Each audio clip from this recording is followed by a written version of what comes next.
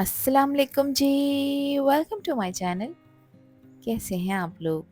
उम्मीद करती हूँ सब खैरियत से होंगे और मज़े में होंगे। ईद आ रही है और मीठा ना बने तो ऐसा तो हो ही नहीं सकता।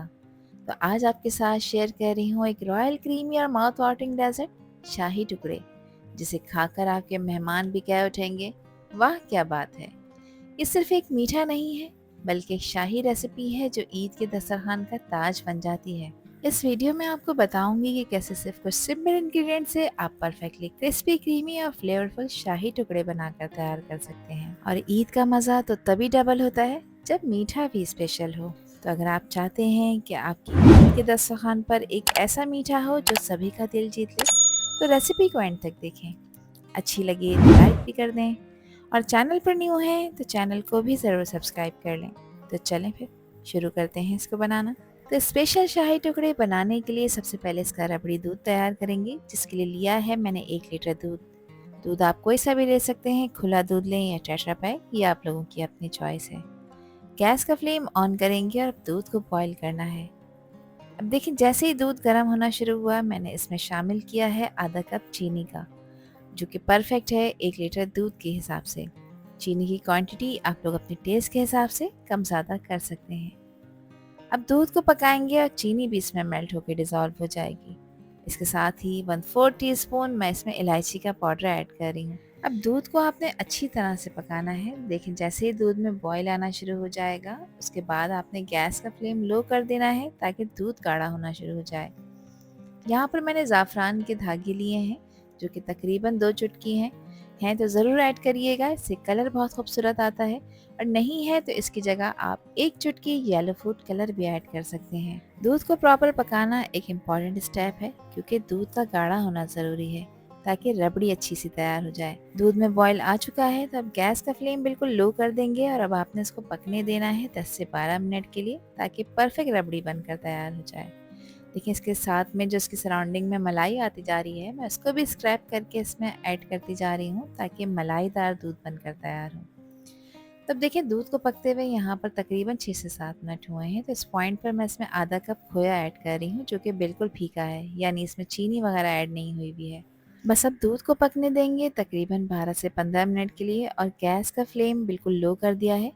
और आपने फिर इसमें time to time spoon spatula से चलाते जाना है, ताकि जो पैन है इसके बेस में दूध लगे नहीं और जले नहीं, और एक परफेक्ट रबड़ी दूध बनकर तैयार हो जाए। तो देखें, तकरीबन 15 मिनट मैंने इसे पकाया है। दूध जो है थोड़ा सा थिक हो चुका है, दानेदार हो चुका है।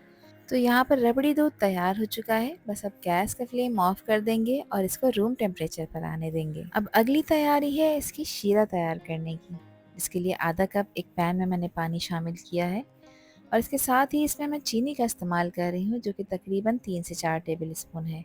चीनी की क्वांटिटी आप लोग अपने टेस्ट के हिसाब से कम ज़्यादा कर सकते हैं। अच्छी खुशबू के लिए इसमें 3 सब्ज़ इलायचियाँ भी शामिल कर देंगे। इसके साथ ही इसमें ज़ाफ़रान भी शामिल कर रही हूँ, इससे कलर खूबसूरत आएगा। ये मैंने 1 चुटकी लिया है। ये किसी भी अच्छे पंसार स्टोर से आपको ईज़िली अवेलेबल हो जाएगा।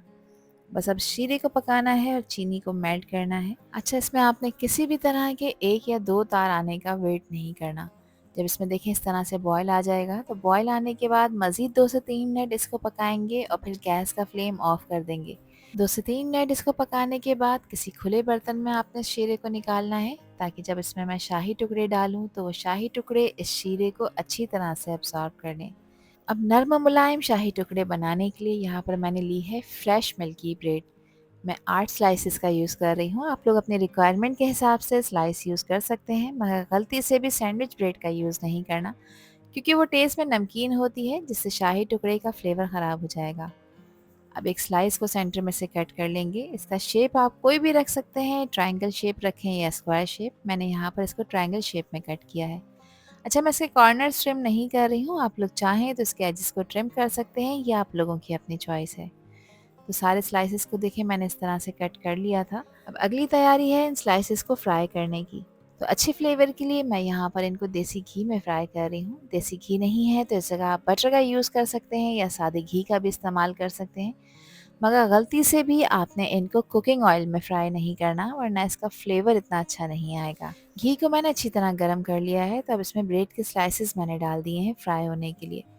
बस इसको आपने ज़्यादा ओवर कुक नहीं करना, ओवर कुक करेंगे तो इनका कलर ज़्यादा डार्क हो जाएगा। बस एक अच्छा खूबसूरत सा गोल्डन कलर आने तक आपने इन्हें फ्राई करना है और फ़ौरन से निकाल लेना है। ऑयल का टेम्परेचर ना बहुत तेज़ गर्म होना चाहिए, ना ज़्यादा ठंडा। तेज़ गर्म होगा तो स्लाइस जल जाएंगे और हल्का गर्म हुआ तो ये बहुत ज़्यादा घी एब्जॉर्ब कर लेंगे।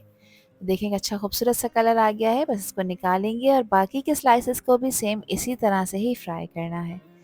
तो सारे स्लाइसेस देखें यहाँ पर फ्राई हो चुके हैं। अब अगली तैयारी है शाही टुकड़े को असेंबल करने की। तो अब आपने कोई ऐसी डिश लेनी है जिसमें आप शाही टुकड़ों को सर्व करें। अब मैं ब्रेड के स्लाइस को शीरे में डिप कर रही हूँ ताकि अच्छी तरह से मीठे को एब्जॉर्ब कर ले। लेकिन देखिए बहुत ज़्यादा टाइम के लिए आपने इसको शीरे में नहीं छोड़ना, सिर्फ 2 से 3 सेकंड के लिए। अगर ज़्यादा टाइम के लिए आपने इसको छोड़ दिया तो फिर ये हद से ज़्यादा शीरा अपने अंदर एब्जॉर्ब कर लेगा। स्लाइसेस को डिश में असेंबल करते जाएंगे ताकि एक खूबसूरत और टेम्पटिंग डेजर्ट बन जाए।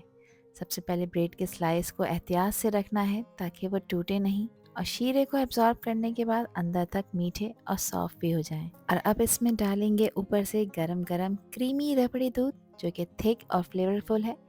इसका मलाईदार टेक्सचर हर बाइट को और भी ज़्यादा लाजवाब बना देगा। रबड़ी दूध को आपने स्लोली डालना है ताकि ब्रेड के स्लाइसेस सॉफ्ट हो जाएं और इसकी मिठास को खूब अच्छी तरह से एब्जॉर्ब कर लें।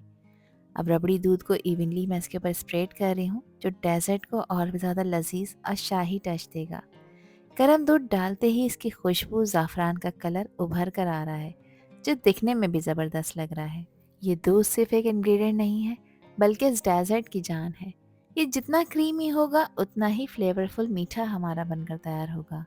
और अगर ये वीडियो आप लोगों को पसंद आ रही हो तो वीडियो को लाइक कर दें और चैनल को भी सब्सक्राइब कर लें और वीडियो को फ्रेंड्स एंड फैमिली में भी शेयर किया करें।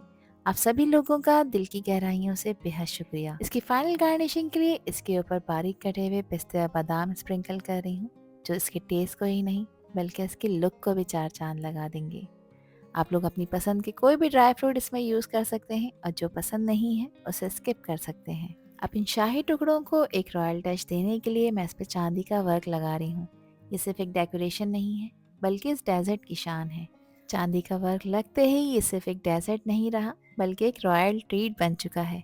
अब आपने इसको चिल्ड करने के लिए रेफ्रिजरेट करना है 1 से 2 घंटे के लिए ताकि अच्छी तरह ठंडा हो जाए।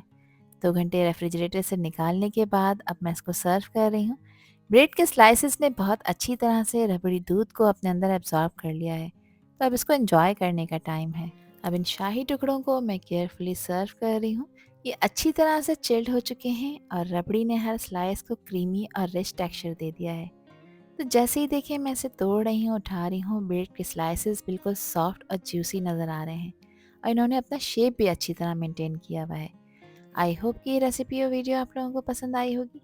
पसंद आई हो तो कमेंट सेक्शन में अपना प्यार सा फीडबैक मुझे लाजमी शेयर करिएगा और चैनल पर न्यू है तो चैनल को भी ज़रूर सब्सक्राइब कर दीजिएगा। अल्लाह हाफिज़, अल्लाह निगहबान।